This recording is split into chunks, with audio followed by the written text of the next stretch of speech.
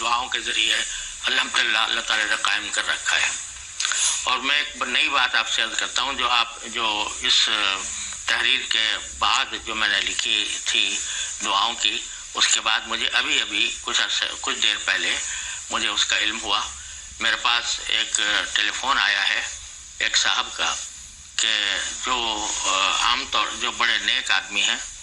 اور تبلیغ جماعت سے بھی ان کا تعلق ہے، اور ان کو رسول کریم صلی اللہ علیہ وسلم کی زیارت پر کثرت ہوتی رہتی ہے، تو انہوں نے مجھے ٹیلی فون پر بتایا کہ گزشتہ رات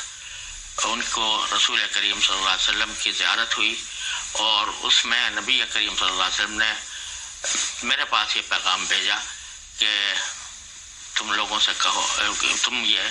پڑھو کہ 3 مرتبہ سورہ فاتحہ اور 3 مرتبہ سورہ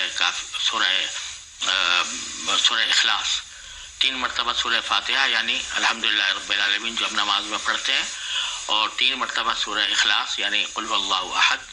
اللہ الصمد لم یلد ولم یولد ولم یکن له کفوا احد، یہ 3 مرتبہ، اور اس کے بعد 313 مرتبہ سبحان حسبنا اللہ ونعم الوکیل، حسبنا اللہ ونعم الوکیل، حسبنا اللہ ونعم الوکیل، یہ 313 مرتبہ پڑھیں ان موجودہ حالات کے اندر، تو انشاءاللہ اس میں اللہ تعالیٰ کی طرف سے حفاظت رہے گی۔ یہ نبی کریم صلی اللہ علیہ وسلم کی طرف منسوب کر کے انہوں نے بتلایا کہ خواب میں آپ نے یہ بتایا ہے۔ یہاں یہ میں عرض کر دوں کہ خواب بذات خود کوئی حجت نہیں ہوتا قرآن و حدیث کی طرح، لیکن اگر اس میں کوئی بشارت دی جاتی ہے تو اس پر عمل کرنے میں عام طور سے فائدہ ہوتا ہے۔